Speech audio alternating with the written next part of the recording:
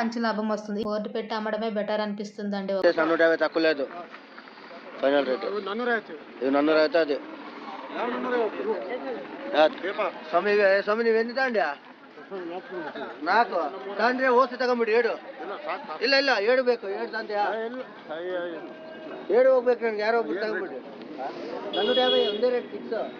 ఈ రోజు కరెక్ట్ 5 గంటల కల్లా మార్కెట్ లో ఉన్నామండి. అంటే రోజు వచ్చే టైం కన్నా ఇంకా కొంచెం ముందే వచ్చాము. చూసారు కదా లాట్ కొంటే ఏ విధంగా ఉంటుంది రేటు, ఒక ప్యాకెట్ కొంటే ఏ విధంగా ఉంటుంది అనేది. లాట్ అంటే ఇంతే మొత్తం ఉంటుంది అనేది లేదండి.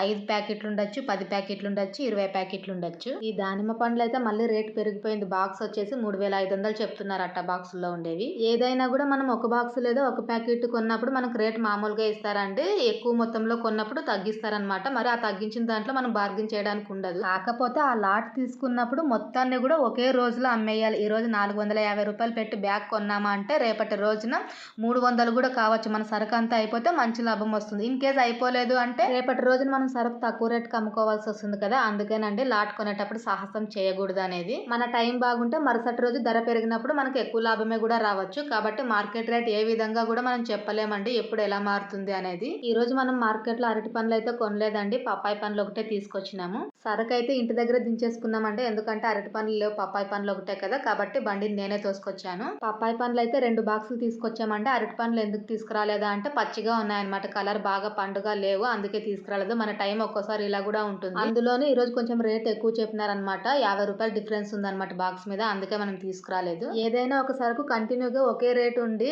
ఉన్నట్టుండి రేట్ పెరిగితే కనుక ఆ రోజు కొనకపోవడమే మంచిదండి. ఎందుకంటే కస్టమర్స్ పాత రేట్కి అలవాటు పడిపోయి ఉంటారు. ఈ రోజు ఒక 10 రూపాయలు ఎక్కువ చెప్తే అంత రేటా అంటారు. మనమైతే అరటి పండ్లు బాక్స్ 400 ఉన్నప్పటి నుంచి కొంటున్నాం. మళ్ళీ రేట్ తగ్గి 350 కూడా వచ్చింది. 340 కూడా నడిచింది. మళ్ళీ ఉన్నట్టుండి రేట్ అయితే పెరిగింది అనమాట ఈ రోజు. అందుకే మనం తీసుకురాలేదు. సరుకు మొత్తం ఒకే రోజులో అయిపోతే పర్లేదండి. ఇన్ కేసు డజన్ లేదా 2 డజన్లు 3 డజన్లు మిగిలినా కూడా మరుసటి రోజు మనకు రేట్ తగ్గితే మనకు లాసే అవుతుంది కదా. అందుకే కొనలేదు. పప్పాయి పండ్లు అయితే బాక్సుల ప్రకారమే తీసుకున్నామండి. బాక్స్ 390 పడింది ఈ రోజు. కాకపోతే బాక్స్ లో అన్ని పెద్ద సైజువే వచ్చేసినాయండి. మీడియం సైజు ఉండింటే బాగుండేవి. ఈ పెద్ద సైజు అయితే తూకాలు ఎక్కువ పోతాయి మనకి. కానీ మనం బాక్స్ లో కాయలు మార్చడానికి అయితే ఆప్షన్ ఉండదు కదా. ఆటోలో సరుకు అయితే రాలేదండి ఈ రోజు. అందుకే మనం బాక్సుల ప్రకారం తీసుకొచ్చాము. సరుకు బండి మీద జోడించేటప్పుడు ఒక కస్టమర్ వచ్చి బోనికి చేశారంటే 100 రూపాయలకి 3 కేజీలు తీసుకున్నారు. ఇంతకు ముందు ఒకసారి చేసామండి. కేవలం పప్పాయి పండ్లు ఒకటే పెట్టి అమ్మామన్నమాట బండి మీద. ఈ రోజు కూడా మళ్ళీ అదే విధంగా చేస్తున్నాం. చూడాలి ఈ రోజు మన వ్యాపారం ఎలా అవుతుందో. ఈ నోటి మాట ద్వారా చేసే వ్యాపారం కన్నా ఫిక్స్డ్ రేట్ పెట్టుకొని బోర్డు పెట్టి అమ్మడమే బెటర్ అనిపిస్తుందండి ఒక్కోసారి. కాకపోతే ఫిక్స్డ్ రేట్ పెట్టి అమ్మే సరుకు అయితే ఇప్పుడు లేదండి. పెద్ద మొత్తంలో కొన్నప్పుడు మాత్రమే మనం అట్లా అమ్ముతాం అనమాట. కేజీ మీద 5 రూపాయలు, 10 రూపాయలు, 15, 20 రూపాయల దాకా పెట్టుకోవచ్చు ఫిక్స్డ్ రేట్ ఉండేటివి.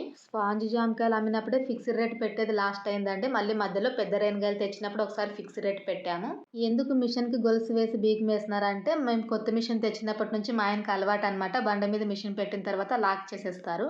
ఈ రోజు పప్పాయి పండ్ల వ్యాపారం అయితే ఫాస్ట్ గా లేదు, చాలా స్లోగా ఉంది. మనమైతే 100 రూపాయలకు 3 కేజీలు, కేజీ 40 రూపాయలే పెట్టాము రేట్ ఈ రోజు కూడా. కాకపోతే ముందర ఒక ఆటో ఉందన్నమాట, పప్పాయి పండు ఆటో. అందుకే మనది స్లో అయిపోయింది. ఇక్కడ ఈ బొమ్మల వ్యాపారం చేస్తున్న అక్క మనకి మామిడి పండ్ల వ్యాపారం చేస్తున్నప్పుడు బాగా పరిచయం. మధ్యలో ఒక 4 నెలలు ఎందుకో రాలేదు వ్యాపారానికి. మళ్ళీ ఈ రోజు వచ్చింది. పప్పాయి పండ్లు చూడండి, సాయంత్రం 4 గంటల కల్లా కలర్ అయితే చేంజ్ అయిపోయినాయి. ఇలా కలర్ చేంజ్ అయితే కనుక కస్టమర్స్ ఇంకా తక్కువ రేట్ కి అడుగుతారంటే, అందుకే సాధ్యమైనంత వరకు అయితే మనం ఎప్పుడు కూడా బాక్సుల్లో మాల్ తీసుకోము, ఆటోలోనే తీసుకుంటాము. ఈ పప్పాయి పండ్లు బాక్సుల్లో వచ్చిండేవి మనం ఎక్కువగా ఎందుకు తీసుకోము అంటే, కలర్ ఈ విధంగా చేంజ్ అవుతాయని తీసుకోమండి. ఎందుకు అవుతాయి అంటే 2 స్టెప్పులు ఉంటాయన్నమాట ఇవి మార్కెట్కి వచ్చేసరికి. ఫస్ట్ స్టెప్ తోటలో కాయ కట్ చేసి మండికి వేసేది ఒకటైతే, మండి నుంచి బాక్స్ లో ప్యాక్ చేసేది రెండో స్టెప్. పోనీ ప్యాక్ చేసిన రోజే మార్కెట్ లోకి వస్తుందా అంటే రాదండి. ప్యాక్ చేసిన మరుసటి రోజు మనకు మార్కెట్ లోకి వస్తుంది. అన్ని సార్లు కాయ చేతులు మారడం వల్ల కలర్ అయితే సాయంత్రానికల్లా ఈ విధంగా అయిపోతుందండి. అదే ఆటోలో అనుకోండి, వాళ్ళే డైరెక్ట్ గా తోటకి వెళ్ళి వేసుకొస్తారు. ప్యాకింగ్ విషయంలో ఎక్కువ ప్రాసెస్ ఉండదు కాబట్టి కాయ నీట్ గా ఉంటుంది. అందుకే మనం ఒక 2 రూపాయలు 3 రూపాయలు ఎక్కువైనా కూడా ఎక్కువగా ఆటోలోనే కొంటాము. కలర్ మరుసటి రోజు కూడా కొంచెం బాగుంటుందండి. కాకపోతే బాక్సుల్లో మాల్ అయితే తడుసుదు. అయితే అన్ని సార్లు బాక్సుల్లో మాల్ అలాగే ఉండదండి. 60% వరకు మాత్రమే అలా ఉంటుంది. కాబట్టి ఏ కొంచెం డౌట్ ఉన్నా మనం అయితే రిస్క్ చేయం కదా. అందుకే ఆటోలోనే ఎక్కువ కొంటాము. పగలంతా డల్ గానే ఉన్నింది కానీ సాయంత్రం 6 గంటల నుంచి 7 గంటల మధ్యలో పర్లేదండి, బాగానే అయ్యింది. రాత్రి 9 గంటల కల్లా దీనికి పెట్టిన పెట్టుబడి, ఆటో బాడికి మన ఖర్చులు మొత్తం అయితే వచ్చేసినాయి. ఉంటాయి. ఇంక ఈ 3 పండ్లు కూడా అమ్మేస్తే లాభం వస్తుంది కదా అని చెప్పి 9:30 వరకు ఉన్నాము, కానీ సేల్ అవ్వలేదు. ఈ రోజు కనీసం 400 రూపాయలన్నా లాభం వస్తుందని ఎక్స్పెక్ట్ చేశాను పొద్దున్న, కానీ రివర్స్ అయ్యింది. పొద్దున్న నుంచి రాత్రి 9:30 వరకు అమ్మింటే 190 రూపాయలు మాత్రమే వచ్చింది. కొంచెం నిరాశగా అనిపించింది ఈ రోజు. వ్యాపారం అంటే ఇలాగే ఉంటుంది, రోజు ఒకే లాభం రాదు, రోజు పెద్ద మొత్తంలో లాభాలు కూడా చూడము, అప్పుడప్పుడు ఇట్లా కూడా అవుతుంది. మెయిన్ గా ఏంటంటే సరుకు ఏ మాత్రం మిగులుకూడదు, రోజు కొన్న సరుకు రోజులో అయిపోవాలంటే అప్పుడే మనకు కూలొస్తుంది. ఇదే వ్యాపారం మనం కొంచెం సర్కిల్లో అంటే సిటీ మిడిల్ లో చేస్తుంటే గనక కొంచెం తూకాలు బిగువు పట్టుకోవడానికి ఆప్షన్ ఉండేది. ఇక్కడ మనం ఒకే చోట వ్యాపారం చేస్తాం కాబట్టి తూకాలు కరెక్ట్ గా ఇవ్వడానికి రాదండి, ఎక్కువ పోతాయి. అయితే కొంతమంది తోపుడు బండి రేట్ ఎంత పడుతుంది అని అడుగుతున్నారు. కొత్తగా వ్యాపారం స్టార్ట్ చేసే వాళ్ళకైతే సెకండ్ లో తీసుకోవడమే బెస్ట్ అండి, ఎందుకంటే కొత్తవి ఎక్కువ రేట్ పడతాయి అన్నమాట. మనం కొత్తవి కొన్నా ఒకే రేట్ ఉంటుంది, మెటీరియల్ తీసుకొని చేపించినా కూడా ఒకే రేట్ ఉంటుంది.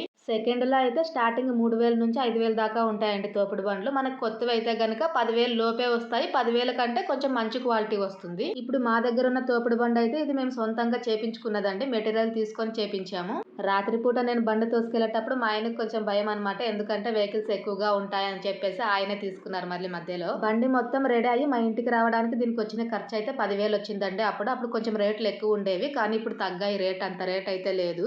ఇంక ఈ ప్రాసెస్ అంతా వద్దు, కొనుక్కోవడం చేపించడం అనే హెడ్ఏక్ ఎందుకు అనేటట్టు ఉంటే బాడిగలో తీసుకోవడం బెటర్ అండి. రోజుకి 30 రూపాయలు ఉంటుంది బాడిగి. మనం కంటిన్యూస్ గా గనుక ఒక 2 ఏళ్ళు అట్లా వాడతామని చెప్పి అడ్వాన్స్ ఇస్తే గనక 20 రూపాయలకు కూడా చేసుకుంటారు బాడిగిచ్చే వాళ్ళు. ఇది ఈ రోజుటి మన వ్యాపారం అంటే. మరి వీడియో నచ్చితే గనుక ఒక చిన్న లైక్ చేసి సబ్స్క్రైబ్ చేయండి friends. Thank you for watching. Bye bye.